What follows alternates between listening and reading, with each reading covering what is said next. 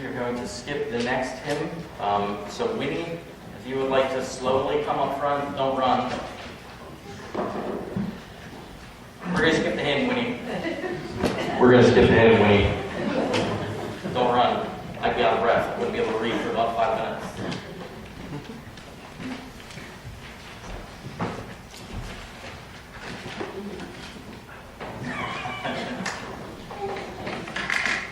Scripture reading this morning is from Judges chapter 13, verses 1 through 8.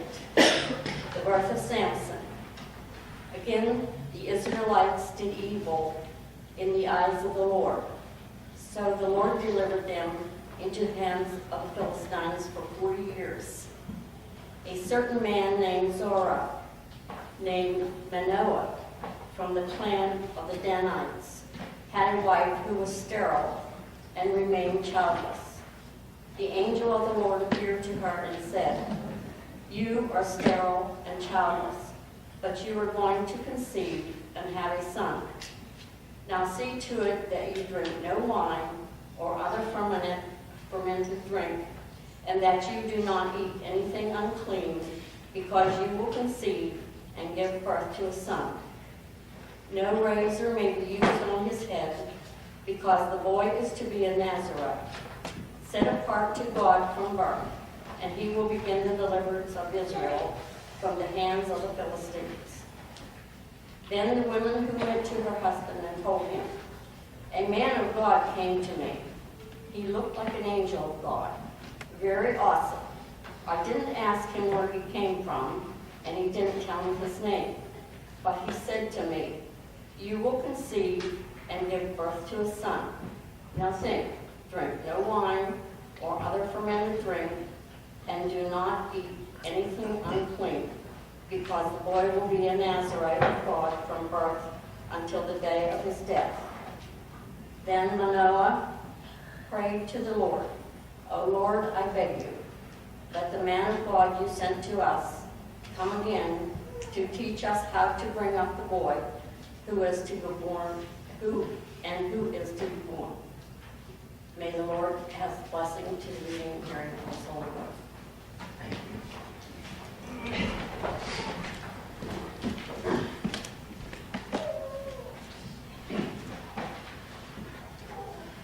So I go to churches all around the globe. There is a difficulty that people struggle with whenever you come to church and you're in the air conditioning, you're sitting here, that we tend to possibly doze off. We're trying a new program that we're instilling today. I'm going to leave this set right here. If I see anyone knows, I'm going to push down on it, and whoever jumps the highest in the building, we're going to know that was the person that I just blew the horn for. So if you are ready to roll the dice, then I am ready to get started this morning. You know, if you have ever been to our superhero VBS or up here up front during the kids' sermon and you listen, you will know that I have always, and still do have a thing for superheroes. I just love superheroes. I still watch all the superhero movies, still some of the cartoons, actually. And I've also told you this because I'm sort of insane, that I have seriously sat around thinking about what superhero powers I would want if somehow somebody offered me the superpowers of one of them. And I've told you there's good reason for this, because I don't want to accidentally come across a magic genie, rub the lamp, the genie said, "I'm going to grant you one wish, but you have to pick a superpower," and me not to already have this in advance. Because you know what happens when you get that pressure down upon you. You wind up, just blurting out the first thing that comes out of your mind. And if you are not prepared for that moment, you might be the guy that can grow his foot to 10 sizes bigger than it normally was. I have no use for that. I don't even play kickball anymore. That's actually the only use that I can think of for that. So I don't want to accidentally pick that. Or you can pick the girl who sneezes out the most powerful sneezes. How horrible would it be for you to actually pick that power? Blowing down people's houses by accident? I don't want to be known as that guy. Don't Pastor P come up for a visit. It is dangerous. Yes. I would rather be the guy that flies. I mean, that I would pick that one instead.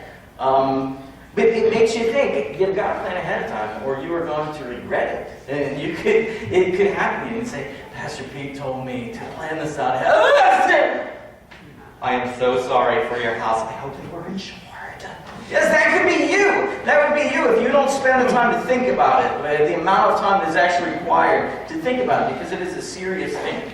But one of the reasons that I like superheroes so much was because they're superpowers. I always thought, wouldn't it be great if I had the powers of these particular people? Well, most of the time, these superheroes are just from our imagination.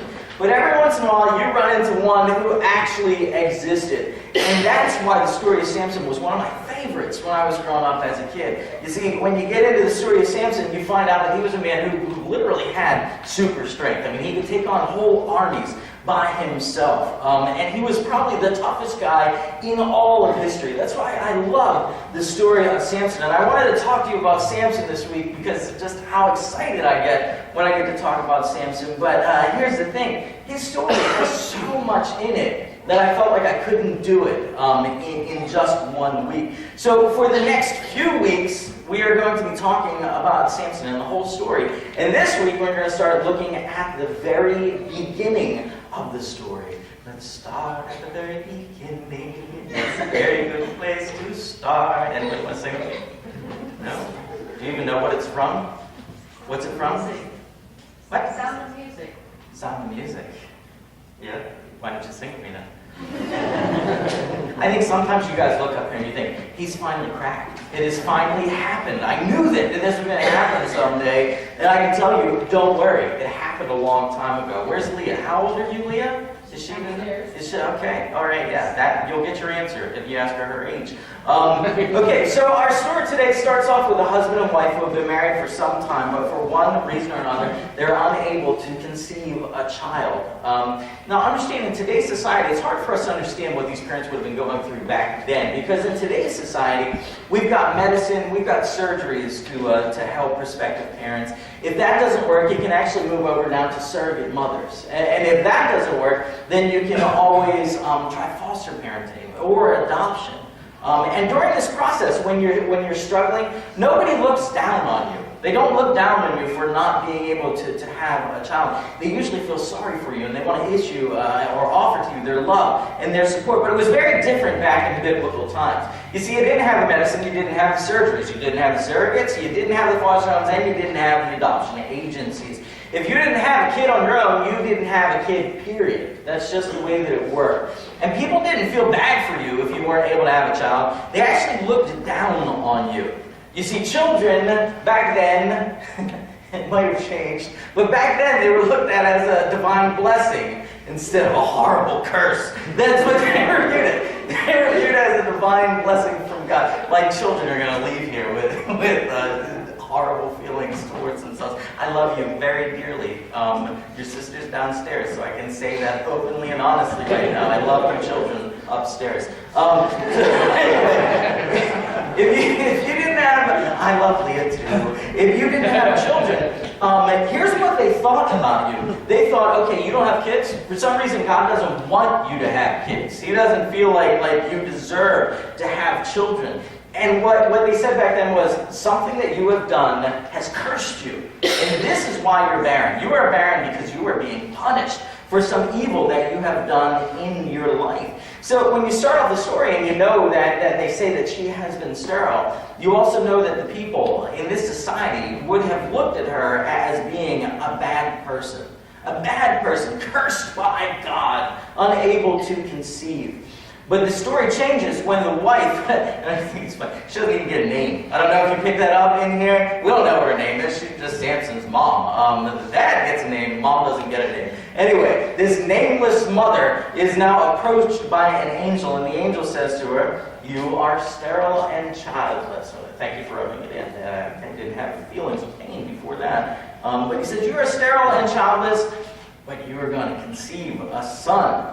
And now she doesn't know who this is or why this person is telling her this, but trust me that he now has her full undivided attention. After all, this is probably one of the first people to not treat her like she was some sort of guilty person being punished and hated by God. And you can say that the Israelites were dumb for thinking this, that they were dumb for thinking that this woman was punished by God. But you know what? As a society, I think that we can relate, because as a society, we are a society of blame. That's what we are. wanted you to look around and see who was asleep. Okay. And here's the situation in our society. We always have to blame somebody. We always have to blame somebody. Whose fault is it? Barack Obama's. Absolutely. It's Barack Obama's fault. But before him, guess what? It was George Bush's fault. And then before him, guess whose fault it was? Bill Clinton's fault. And it really was Bill Clinton's fault. Okay, never mind.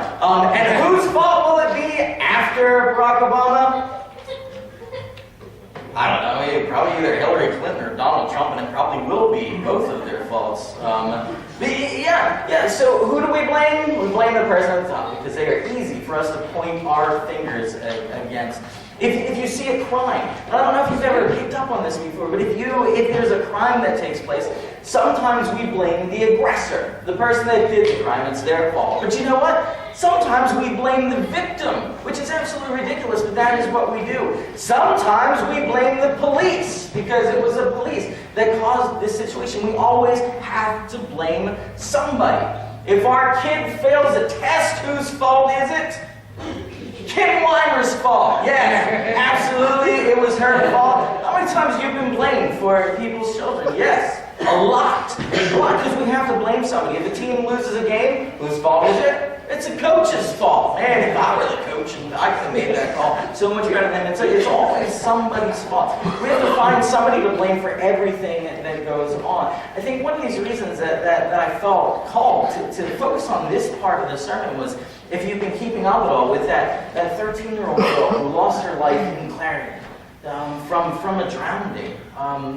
You watch the news and you watch social media and things like that, and you just see blame flying everywhere. You see some people blaming the parents. Oh, if they were better parents, this would never happen to my child. I never would have let her do this sort of thing. So they blame the parents. And then some people blame the girl. Why in the world was she out there by herself? Why was she walking around? Some people blame the police. Why didn't they issue an Amber Alert? If they had issued an Amber Alert, she probably would still be alive. And we just pass around the blame from one person to another. And I ask you, why does it always have to be somebody's fault? Why? Why do we have to be able to point our finger at somebody? And I think there's actually two reasons for it. One of the reasons is because we like scapegoats. We like scapegoats, especially for ourselves, because if we have a scapegoat, somebody else that we can point at, we never have to accept responsibility for our own actions. Because if we, in situations like this with the death, it's not even about us. But it's looking for a scapegoat because we don't want to have to deal with the emotions. There was a drowning death of a 13-year-old girl in Clarion. Do you know how that should make you feel? Not angry, not mad. It should make you feel sad. It should make you feel sorry. It should make you empathetic to the people who loved this girl and are now dealing with this horrible situation. But to be honest with you, we would always rather be mad than hurting, because anger is an easy one. We all know how to get that one out. But sorrow and sadness, those are things that we really don't want to have to feel or to focus on. So since we just want anger, that's the only emotion that we want, we get good at finding scapegoats. And we get especially good at finding scapegoats for our own stuff. If we're speeding through the bend and roads are a little slick and we go sliding off the road into somebody's yard, knocking over the fence, whose fault is it? Whose fault is it? Becky, whose fault is it? It's Brandon's fault, yes. Yeah, it's Brandon's fault. It is PennDOT's fault. Why they have these roads better taken care of? Why? In the first place, did they make it windy? If I was in charge, that'd be a straight road. You wouldn't even have to ever turn the wheel. You could fall asleep and use your knees if you wanted to. That's how great it would be if I was in charge. It's PennDOT's fault. Yes, absolutely. If you go through McDonald's drive-thru to get a nice hot cup of coffee. Sadly, however, when you're driving away, you take the lid off to put your cream in, and then at the same time, you hit a speed bump, which has always been there, and the coffee spills into your lap. Whose fault is it? McDonald's fault. Absolutely. First of all, they should have put signs on there saying the hot coffee was hot, because I didn't even know the hot coffee was hot. I thought maybe it was going to be lukewarm. Second of all, why is the speed bump even there? This is their fault. It's never our fault. Never our fault. We always stick the blame on somebody else. So instead of feeling the sadness of parents who are struggling to have a kid like they were back in this story, what did they do? The people back then, they blamed them. You can't have a child because you're a bad person. So instead of saying, I am so sorry, I feel for you, I hurt with you, if there's anything that I can do, please let me know. Instead of saying any of that stuff, they said, you're a terrible person, and God is punishing you. Yeah, it's horrible, horrible. I mean, if they were pregnant, it wasn't because of it wasn't because of a medical condition. It wasn't because God had better plans. It's because God doesn't like you. And if we convince ourselves that somebody is to blame for this, then we don't have to feel bad for you. We can just be angry about the whole situation. That's what we like. And as Americans, we are taught to find blame in every situation and make sure that blame doesn't rest on us. It rests everywhere else. You know what I say to that? Quit it! Quit it! It's absolutely ridiculous. We're looking for blame in every single situation. And here's a brand new idea maybe you've never heard before. If it's something that you caused, then how about you accept responsibility for it? Accept responsibility for it, and then move on. Move on. Look at it, learn from it, and then grow from it. Move on into the future. That's it if it's something that you've done. If you didn't cause it, then here's a new idea. Don't try to find somebody to lay blame on so that you can express anger. Don't do that. And instead of asking, who can I point my finger at? Ask, what can I do to help? What can I do to help is so much a better question than who can I blame? What can I do to help? You know what? Blaming doesn't fix it. You know what fixes it? Fixing it fixes it. And that's what we need to try. So we go back to our story. We have the angel of God who goes to tell her that not only is she going to be blessed with the child, that this wasn't a punishment. This was actually a blessing, but the child is going to be special, and she has a job to do. And he gives her this list of what she's supposed to do. He says, now see to it that you drink no wine or other fermented drink, and that you do not eat anything unclean, because you will conceive and give birth to a son. No razor may be used on his head, because the boy is to be a Nazarite, set apart to God from birth. So the angel starts off by giving her good news and then tells her what is required of her. She's supposed to drink no alcohol during the pregnancy. Generally a good idea. Angels shouldn't have to tell you that one, but good advice to follow. And she's not supposed to eat anything considered to be unclean. In addition to it, when this child comes out, he's going to be a Nazarite from birth. And this was kind of strange for the angel to say this.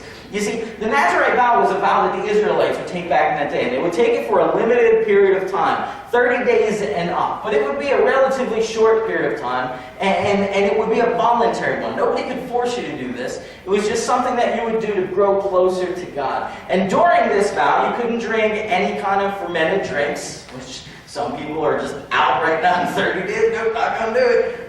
You couldn't go near any corpses, which means if your family member died during this time, you weren't allowed to attend the funeral because you needed to stay clean, set yourself apart. And you couldn't cut your hair during this vow. So the Israelites would take it for a limited time so that they could say, I'm taking this vow so I can get closer to God. So when the angel tells the would-be mother that her son is to have this vow from birth for the rest of his life, a vow that he hasn't even agreed to, it's kind of strange because, first of all, it's a lot longer than anybody else has ever taken it. And secondly, it was forced upon him. It wasn't something that he did voluntary. And we're talking an entire life without booze, no funerals, and never cutting his hair. I mean, we're going to have little baby Fabio over here in a couple of weeks. And why? Why do we have little baby Fabio? And you know what's sad? The younger generation, they don't even know what I'm talking about right now. Fabio, I have no idea. Look at any of your mother's romance novels, and the guy with his shirt off, with the hair flowing in the wind. That's Fabio. That's who he is. Anyway, so we got little baby Fabio, and the angel says that he will begin his deliverance from the hands of the Philistines. So he's going to be somebody important. That's why it's supposed to be set apart. And she comes back, and she basically tells her husband, she says, honey, some guy came to me today. I think he was a man of God. Not sure where he came from. I didn't catch his name, but he told me that we're going to have a baby, and we're never supposed to cut his hair or let him drink any beer. Can you feel for this man right here? Can you feel for this man? As a man, I can feel for this man because those of you with women in your life, I don't know if your conversation has ever gone like this before. Has it ever gone like this?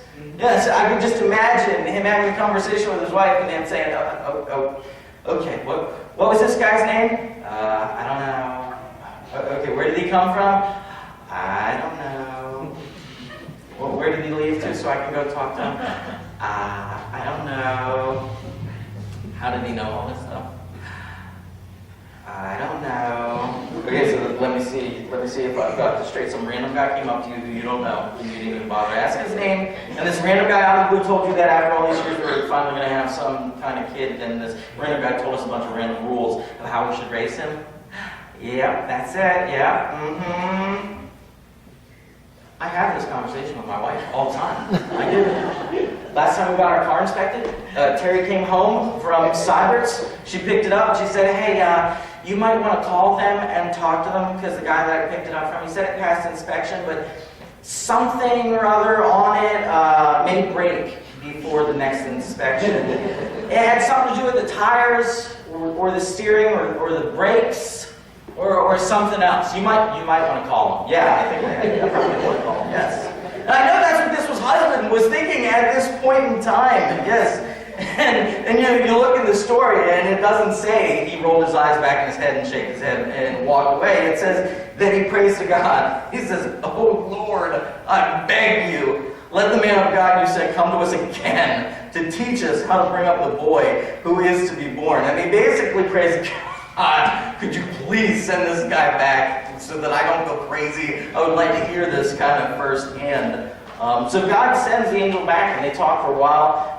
And in thanks to the message, they actually sacrifice an offering to God. And while that fire is burning, they realize it's an angel because he flies into the fire and then goes up into heaven. And then they're like, wow. Okay, so this really is something. This is an amazing time in our lives. This is going to be great. And lo and behold, we find out that this woman was not cursed by God. Not cursed at all, but that she was actually going to be given a giant blessing. And this means all those whispers that were whispered about her, all those times that people blamed her for not being able to have a baby, all those moments she felt like she had done something wrong and that she was being punished. The complete opposite is true. God had something so special planned for her life, and none of these people could see it. And there's so many things that we can learn from the beginning of the story of Samson. But if there's one thing that you can just take from today, here's what I want you to take with you. First of all, if you have done something wrong, don't look for a scapegoat. Please don't look for a scapegoat. Don't look for somebody to blame. Accept responsibility, ask for forgiveness, and then move on. Learn from it and move on. Secondly, stop playing the blame game with other people. Stop blaming everyone out there. Somebody doesn't always have to be at fault. And frankly, most of the time it doesn't even matter who's at fault. So instead of asking, whom should I blame? Start asking the question, how can I help? How can I help? Because that question can make a world of difference in somebody's life. And thus we have the beginning of the story of Samson. And next week we'll get to see his parents and some of his tricks begin to develop to see if they're able to follow through with all these promises that they made. Let us finish with a word of prayer this morning. Dear God, we thank you for today. We thank you for this moment, for this message, God. And help us to learn from the story of Samson and the way that these people would have treated this family back then, God. Help us to get out of this blame game. Help us to quit it. Help us to accept responsibility and move on, God. And most importantly, help us to look at situations and ask how we can help, not who we can blame. We pray this in Jesus' name, and all God's children said, amen.